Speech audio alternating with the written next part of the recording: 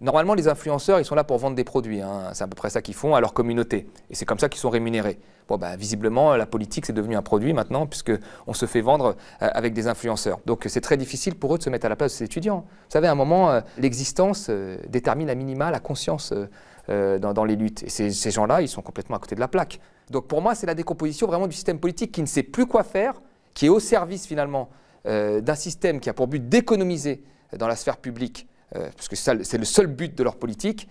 Et à la fin, on doit faire de la communication pour combler tout ça. Mais je pense que les jeunes ne sont pas dupes.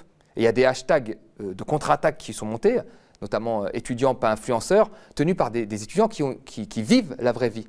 Aujourd'hui, les jeunes regardent de moins en moins la télévision où les politiques s'expriment. C'est plutôt une bonne entreprise de communication d'aller sur YouTube, TikTok ou Instagram pour sensibiliser les jeunes en général à la politique. Les politiques, pour moi, ils ont les manettes pour changer la vie des jeunes.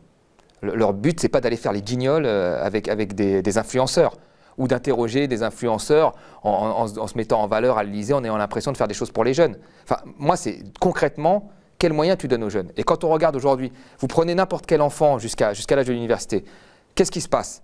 Vous avez un enfant en très bas âge, vous voulez le mettre à la crèche, il n'y a pas suffisamment de place dans les crèches. D'accord? On ne veut pas employer des puéricultrices, on ne veut pas augmenter les espaces. Par contre, on veut que les puéricultrices gèrent beaucoup plus de bébés. Elles vont finir par gérer 10, 15 bébés. Enfin, moi, j'en ai un seul chez moi, c'est déjà très difficile. Alors 15, je ne sais pas comment on peut le gérer dans des bonnes conditions. Donc, on ne donne pas des moyens aux crèches. Ensuite, on arrive à l'école primaire. Le coût par élève à l'école primaire est 1,5 fois plus élevé dans les pays de l'OCDE qu'en France. Plus de 2 fois plus élevé en Allemagne qu'en France. Donc, on ne donne pas de moyens aujourd'hui aux élèves de l'école primaire. D'ailleurs, les professeurs sont beaucoup moins bien payés chez nous que dans le reste des pays de l'OCDE. Puis ensuite, ils vont au lycée, c'est la même chose. Je veux dire, moi, je viens d'un lycée à La Courneuve, je suis ce qui se passe dans ce lycée à La Courneuve. Vous savez, La Courneuve, c'est une ville où il y a 40% de la population qui vit sous le seuil de pauvreté. C'est une ville où il y a majoritairement des jeunes. Vous savez ce qu'ils ont fait dans le lycée public de La Courneuve? Eh bien, ils ont arrêté les cours du soir, parce qu'ils n'ont pas suffisamment de moyens, et ils ont passé les classes de 28 à 35 élèves, parce qu'ils n'ont pas suffisamment de moyens. Voyez? Et puis après, pour ceux qui ont la chance de finir ce parcours avec un certain nombre d'obstacles et qu'ils arrivent à l'université, qu'est-ce qui se passe à l'université? À l'université, vous avez les moyens qui sont restés stables depuis 10 ans alors que le nombre d'étudiants a augmenté. C'est-à-dire que les moyens alloués à chaque étudiant diminuent en France. Donc il y a un appauvrissement général de l'enseignement supérieur. Donc c'est là qu'un politique doit être présent et qu'il doit faire des choses. Ce n'est pas en allant dire qu'il aime Booba comme Hollande sur Twitch ou en faisant le guignol avec des influenceurs. C'est là qu'on les attend. Mais là, on ne les voit pas.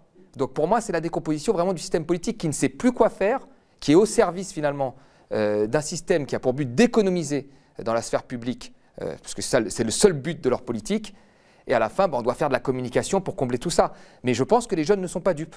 Et il y a des hashtags de contre-attaque qui sont montés, notamment étudiants pas influenceurs, tenus par des étudiants qui vivent la vraie vie. Et je vais rajouter une dernière chose là-dessus. Je vais être un peu long, mais c'est important. Il connaît quoi Blanquer de la vie d'un étudiant normal? Il a étudié à Stanislas dans le 6e? Il a fait que des grandes écoles? Enfin, est-ce qu'il s'est assis une seule fois dans un amphi, bondé, sur des marches, en train d'écrire? Est-ce qu'il a déjà vécu ça? Jamais de sa vie. Et Gabriel Attal, il a été à l'école alsacienne, puis Sciences Po. Ces gens-là, en fait, quand vous leur présentez un étudiant moyen qui doit travailler à côté, comme 50% des étudiants, qui doit se payer à manger des pâtes et qui s'assoit comme ça sur un amphi parce qu'il n'y a pas suffisamment de place, pour eux, c'est un concept, c'est comme si vous lui parliez d'un enfant qui crève de faim en Afrique. C'est loin d'eux, tout ça, ils ne connaissent pas. Donc c'est très difficile pour eux de se mettre à la place de ces étudiants. Vous savez, à un moment, l'existence détermine à minima la conscience dans les luttes. Et ces gens-là, ils sont complètement à côté de la plaque. Voilà, et c'est pour ça qu'ils invitent Enjoy Phoenix et ils trouvent ça sympa. Ils n'ont pas compris que c'est insulter la majorité des étudiants qui n'ont pas la vie de ces influenceurs et qui, pour eux, encore une fois, la fin du monde, c'est tous les soirs. C'est pas dans 3 mois, dans 4 mois, vous voyez. Et donc, ces gens font rien et donc ils font de la com. Et je trouve ça assez désastreux. Je pense que tous les politiques essayent d'aller sur les réseaux sociaux maintenant parce que c'est des plateformes où on peut maîtriser son temps de parole et puis on peut communiquer comme on l'entend. Donc, il peut y avoir des bons côtés à ça. Il peut y avoir des bons côtés. Mais moi, là, au-delà de ça, ce qui m'embête, et j'espère que la jeunesse n'est pas dupe, mais je pense qu'elle n'est pas dupe. Normalement, les influenceurs, ils sont là pour vendre des produits. Hein. C'est à peu près ça qu'ils font à leur communauté. Et c'est comme ça qu'ils sont rémunérés. Bon, visiblement, la politique, c'est devenu un produit maintenant, puisqu'on se fait vendre avec des influenceurs. Ce gouvernement a supprimé 250 000 emplois aidés, en disant que ça ne sert à rien, etc. Mais ces emplois aidés, c'est majoritairement des jeunes précaires.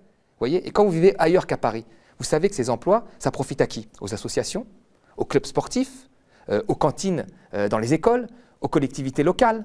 Donc c'est des emplois qui sont utiles. Mais Gabriel Attal et tout, qu'est-ce qu'ils connaissent ça? Ils connaissent rien de tout ça, eux.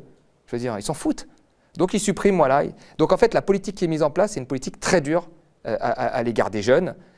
Et on attend plutôt d'un politique qui, justement, mette en place des choses qui profitent aux jeunes. Mais comme ils sont incapables de le faire et qu'ils s'en foutent, bon, bah, il faut les guignols avec les influenceurs. On a clairement des clowns à la tête de l'État. Si c'est ça, la politique, bon, bah, ça me fait peur pour l'avenir de notre pays. Les jeunes ne sont pas dupes. Voilà. Et j'espère qu'ils feront entendre leur voix. Parce qu'il y a une époque où on se foutait des étudiants, puisqu'on n'augmentait pas plus les budgets, enfin on ne détruisait pas en tous les cas, ce qui est le cas depuis Macron, on ne détruisait pas l'État social, mais on n'augmentait pas énormément les budgets, mais au moins on recevait des délégations d'étudiants normaux pour qu'ils disent, voilà, aujourd'hui on ne leur fait même pas cet honneur-là, on reçoit des influenceurs, des gens qui ne sont même plus étudiants. Donc on est vraiment, pour moi, on a atteint encore une fois le degré de foutage de gueule maximum à l'égard de la jeunesse.